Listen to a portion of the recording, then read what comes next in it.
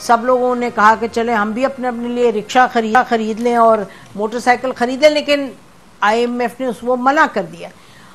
कोई रशिया के से पेट्रोल सस्ता लेने की भी बात हो रही है, लेकिन बहुत सी बातें इनसे करने के लिए आप ये बता दीजिएगा कि लोग पूछ रहे हैं कि ईद पे इससे ज्यादा आप कोई धमाका नहीं कर सकते थे। उधर आप सस्ता करवाने जा रहे थे पेट्रोल रिक्शे वाले और मोटरसाइकिलिस्ट को, और इधर आपने 10 रुपए बढ़ा दिए। जरा बताइए। हाँ, ये बात आपकी बिल्कुल ठीक है जी। ये हमारी बदकिस्मती ये है कि पाकिस्तान में जो तेल की कीमत है उसके अंदर दो अहम पहलू हैं।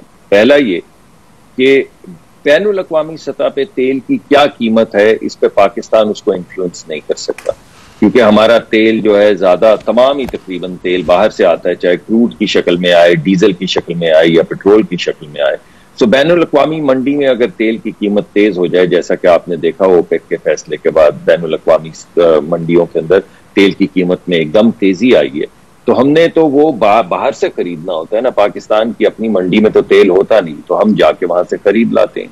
वो जिस भाव मिलता है उस भाव बेच देते हैं। दूसरी हमारी प्रॉब्लम क्या है कि खरीदते तो हम डॉलर में हैं, मगर यहाँ जब आप पेट्रोल पंप पे जाएं तो हम बेचते रुपयों में हैं, और रुपए इकट्ठे करके दोबारा से डॉलर खरीद के हम बैनुल अक़वामी मंडी में जाते हैं तेल खरीदने के लिए। तो अगर रुपए और डॉलर के दरमियान का जो वो लिंक है, यानी उनका जो रेट है वो बदल जाए और डॉलर महंगा हो जाए, तो यानी पहले आप अगर 200 रुपए में $1 खरीद रहे हैं, फिर आप 250 रुपए में या 350 रुपए में वो डॉलर खरीदना शुरू हो जाए, तो वो भी हमें झटका लगता है, क्योंकि $1 का तेल खरीदने के लिए हम पहले अगर 200 या 250 देते थे तो अब 350 हमें डार साहब ने तो वादा किया था 200 पे आएगा, बट बहरहाल नहीं आ पाया। जी, मेरे ख्याल में कोशिशें तो तमाम लोग कर रहे हैं, जैसे जैसे स्टेबिलिटी आएगी। IMF का प्रोग्राम अभी आपने देखा है, सऊदी अरेबिया से भी जो हमें कमिटमेंट चाहिए थी वो मिल गई है, यूनाइटेड अरब एमिरेट से भी जी। अच्छा, मुसद्दिक मलिक साहब, लास्ट क्वेश्चन ये बताइएगा कि हम कोई उम्मीद ना रखें, चाहे रूस है चाहे और ममालिक हैं, हमें कहीं से अब उस कीमत में तेल नहीं मिलेगा कि लोगों की जिंदगी जरा थोड़ी कम अजीरन हो? नहीं, रूस के ऊपर तो हम बिल्कुल ऑन ट्रैक हैं जी, और जो हमने वादा किया था वो पूरा कर रहे हैं, और रूस से खाम तेल जो है वो बहुत जल्द इंशाल्लाह अगले 1 महीने में वो पाकिस्तान आना शुरू हो जाएगा। तो रूस वाला मामला तो बिल्कुल ऑन ट्रैक चल रहा है। जो सब्सिडी वाला मामला है, मैंने आपसे भी सुना है, मैंने कुछ दीगर खबरें अखबारात में भी पढ़ी हैं। अभी तक हमें किसी ने फॉर्मली नहीं कहा कि आप इस पे काम ना करें, तो हमारी टीम वो जो सस्ते पेट्रोल वाली स्कीम है उस पे काम कर रही है, लेकिन हम ये नहीं चाहते कि कोई मुल्क के लिए मुश्किलात पैदा हो। तो अगर कोई हमें इंस्ट्रक्शन मिलेगी तो हम जरूर वजारत से, मिनिस्ट्री ऑफ फाइनेंस से मिल बैठ के सर जोड़ के कोई इसको आगे बढ़ाएंगे इस तरीके से। तो क्या बनेगा? अच्छा मुसद्दिक मलिक साहब, क्या बनेगा? I mean the point is कि ये इतना बड़ा एक फैसला हो गया, और सच पूछिए तो हमें तो कोई बाहर ये सुनाई नहीं दिया कि कोई law officer of the court हो ये लेके गए हो, उन्होंने कहा हो सर देखें माय लॉर्ड ये लिखा है इसके ऊपर, और आइटम 23 और 22 तो इजाजत ही नहीं देता, या कुछ ऐसा हुआ है?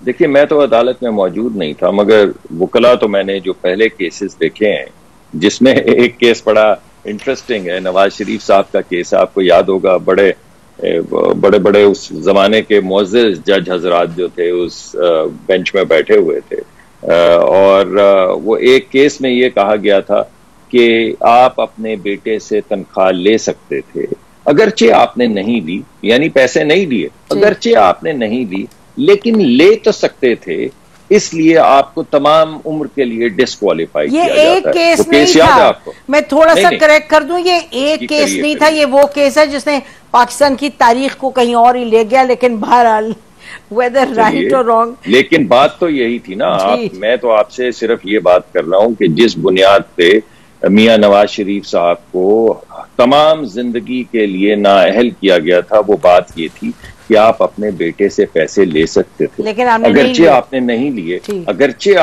लिए, लेकिन ले सकते थे, इस वजह से आपको तमाम उम्र के लिए हमने नाअहल कर दिया। जी, जनरल बाजवा ने कहा है, आपको याद है कि जनरल बाजवा ने यह भी कहा कि अपने in one of his multiple interviews के मैंने फिर अकामा लेने के लिए एक सीनियर मिलिट्री ऑफिसर को भी भेजा, उनका अकामा वहां से लाने को यूएई को। लेकिन बहरहाल ये तो बात चलती जाएगी। नहीं, ये बात अहम है, मैं बात मुकम्मल अगर आप इजाजत दें तो फरमाइए। ये बात अहम इसलिए है कि अभी एक और फैसला किया गया है कि एक कानून जो पार्लियामान ने बनाया है, अभी कानून बना नहीं है, उसने कानून की शक्ल नहीं ली है।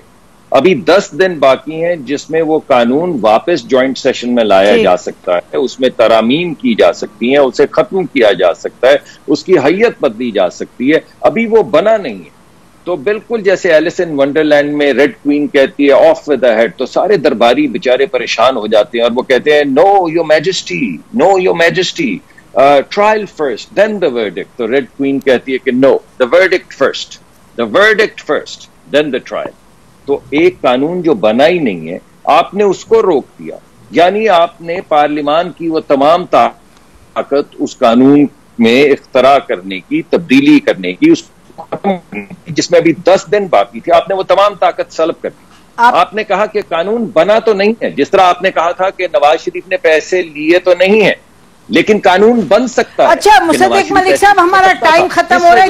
नहीं, सुन लीजिए जल्दी, वेरी क्विक। ठीक है, तो बस यही हम कहें कि उम्मीद पर दुनिया कायम है। रूस से तेल भी आने की उम्मीद है और सब्सिडी भी कुछ रिक्शे वालों के लिए, मोटरसाइकिल के लिए उम्मीद है। बहरहाल आपका बहुत बहुत शुक्रिया मुसद्दिक मलिक साहब प्रोग्राम में आने का। नाज़रीन, ब्रेक लेते हैं, ब्रेक के बाद वापस आएंगे और फिर तज्जिया करेंगे उन सियासी मामलात पे जो आज कुछ ही देर पहले डेवलपमेंट्स हुए, यानी कि डायलॉग के जो इनिशिएटिव जमात इस्लामी ने लिए। Stay with us.